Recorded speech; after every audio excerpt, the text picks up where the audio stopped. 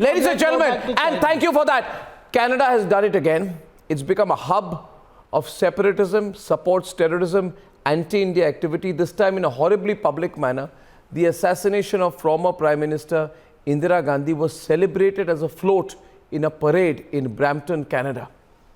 Canada must act or there should be consequences. Let's debate. On the streets of Brampton in Canada, a float celebrating the assassination of former Prime Minister Indira Gandhi was paraded. Another float celebrated Khalistani separatist Amritpal. It's an abhorrent glorification of an assassination. The bigger issue involved is really the space that Canada has continuously, and we are at a loss to understand, other than the requirements of vote bank politics, why anybody would do this. The Canadian ambassador to India has condemned the parade. But the reality is, Canada has become a hub for anti-India activity. Assassination gets to be showcased publicly, gets to be exhibited, is condemnable.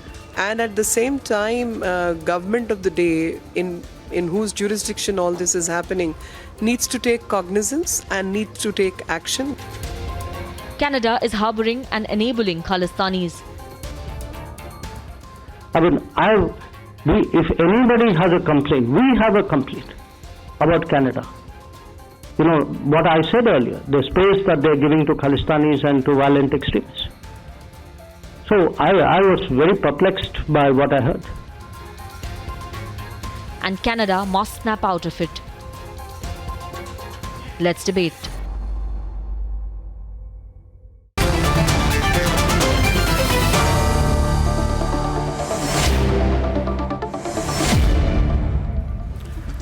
My first question is to Terry Milewski, former journalist with the CBC. We have Narinder Kaur on the right, social commentator from London, Sukhi Chahal of Khalsa Today, and Puneet Shahani, who's an expert on the evolution of Sikh identity.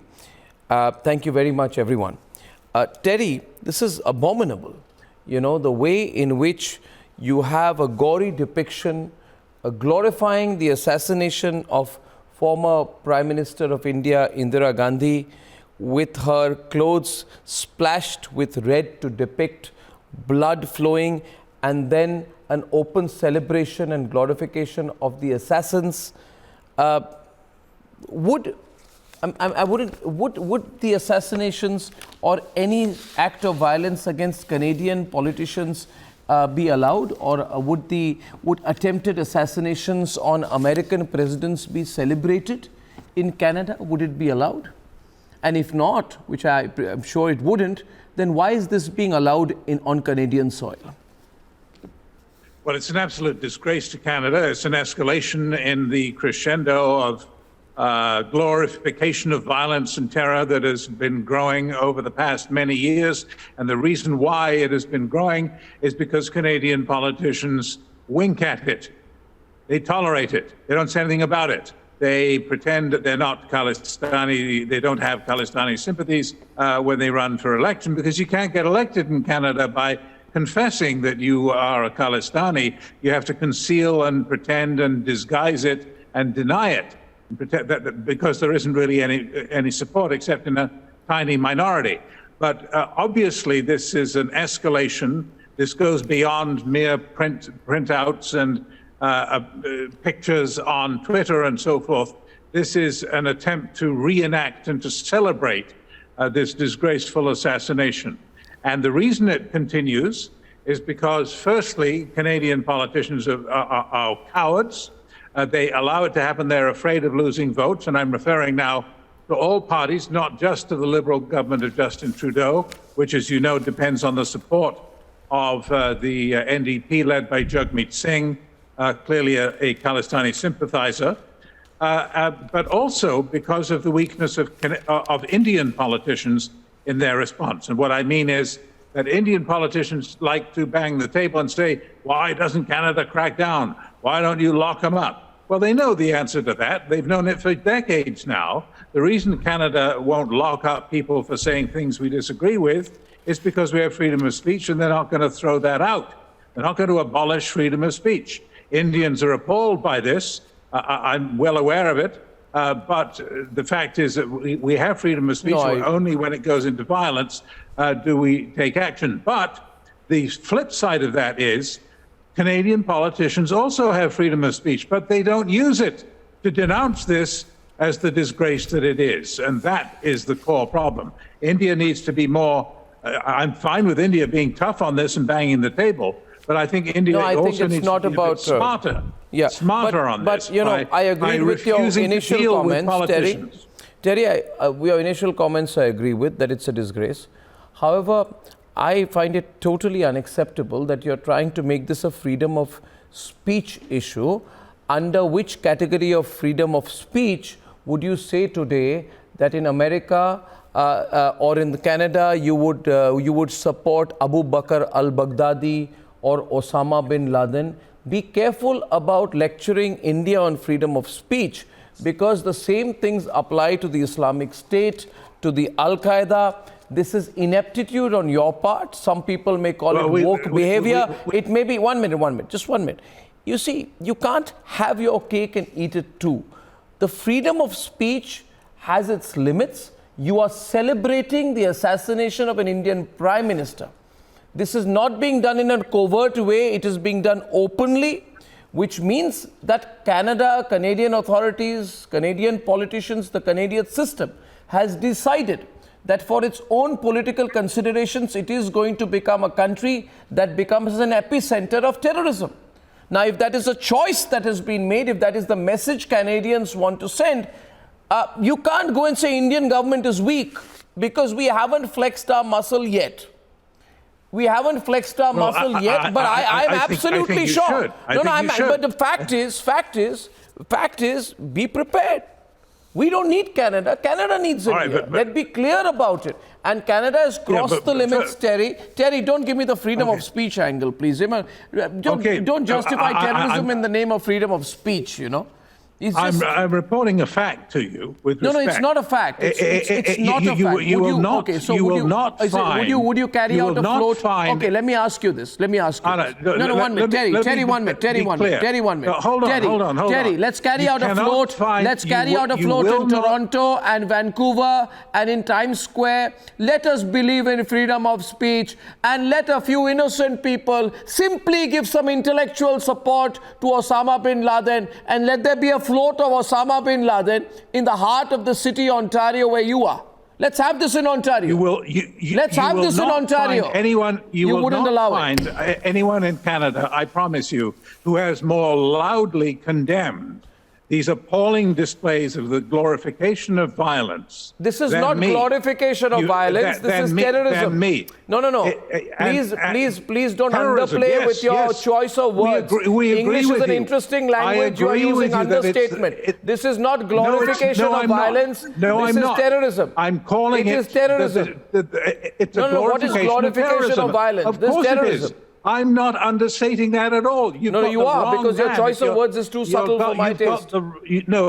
I choose the words terrorism, and I've chosen it for about 2 decades now, so don't lecture me about how I need to condemn this. I've been condemning it louder than any other Canadian I know. I agreed with you till the point where you said I condemn it. But when you began to say, oh, you Indians need to understand freedom of speech, then I'm not going to take that from you. But let's hear a response. Let's hear it from Puneet Sahani, who's joining us from New York. What do you think, Puneet? Grandma Bharati, Arnab, I'll just make 3 very important points. And, they are just facts. So when people are seeing this tableau you are seeing is only 6 seconds. What is important is these monsters, they paraded through 4 kilometers of Brampton City for 6 hours. So this madness started from 12 till 6 p.m. Now, Sikhs are what, 2% of Canada, 3% of Canada. Now, anybody, what they must be thinking? These are these turban-wearing people that they are, that woman is with hands up and, they are pumping bullets and, they are celebrating as heroes. it is so shameful, for, this, what has happened to Sikhs. And the thing is, you have to understand, and, Terry is right, this all politicians are like this. But Justin Trudeau, you have to understand what Mr. Jaishankar has said is only incomplete. Because Mr. Jaishankar has said, you have given space. What Trudeau has done is not just given space. He has demolished Sikh voices who speak out against Khalistan. To give you an example, there is a Sikh member of parliament. He was a Jat Sikh. And he was a member of parliament from this very area where this tableau was run, from Brampton. His name was Ramesh Sangha. And he said in the parliament, yes, there is a Khalistan extremism problem, and some politicians are supporting it. Trudeau kicked him out of the caucus and demolished his political career. Now he is not a politician anymore. He was a member of parliament, elected by people who live there. Now he runs a law practice. And the third thing is, when this was running, this Mr. Jody, and Terry can correct me, who was this NSA of Canada. I don't know what NSA Canada has, but anyways. So this lady, and she's saying India is interfering. Now you see, all this interference is happening from Canada. So when farmer protest was happening, this Brampton, from where this is happening, they passed this memorandum that we support farmers' protest. No. What is the job of this city? I tell you this. See, Canada is very sensitive when it comes to its own interests.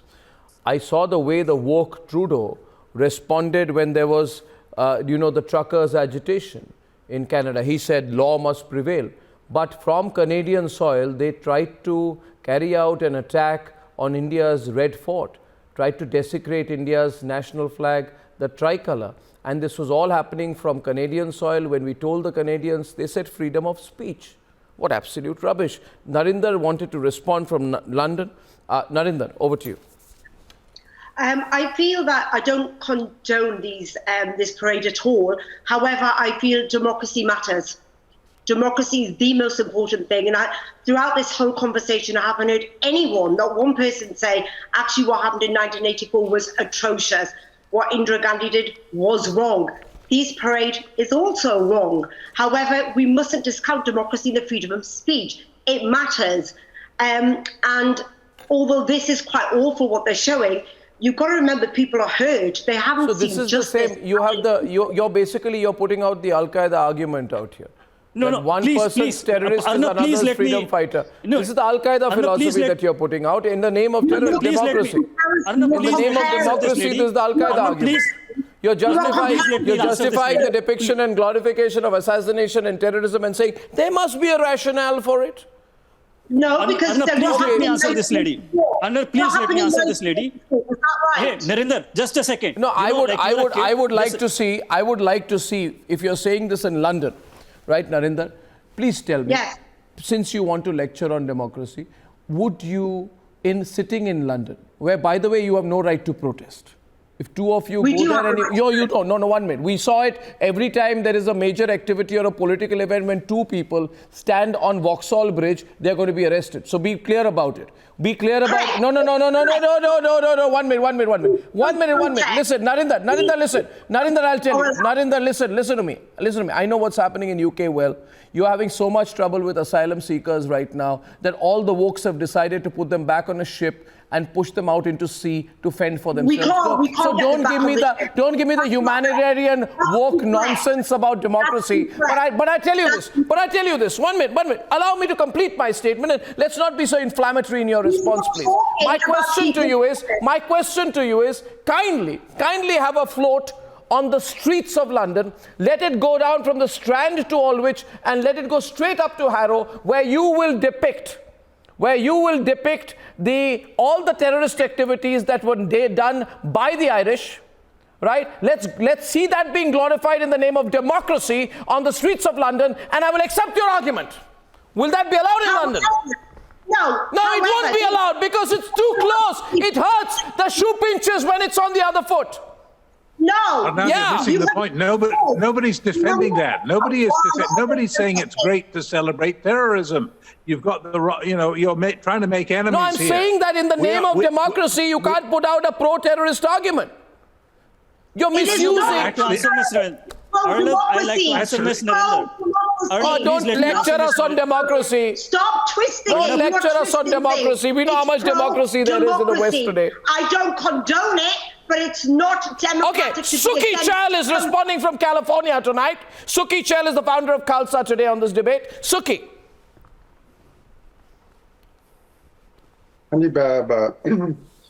Mr. Swami, can you hear me? I can, loud and clear.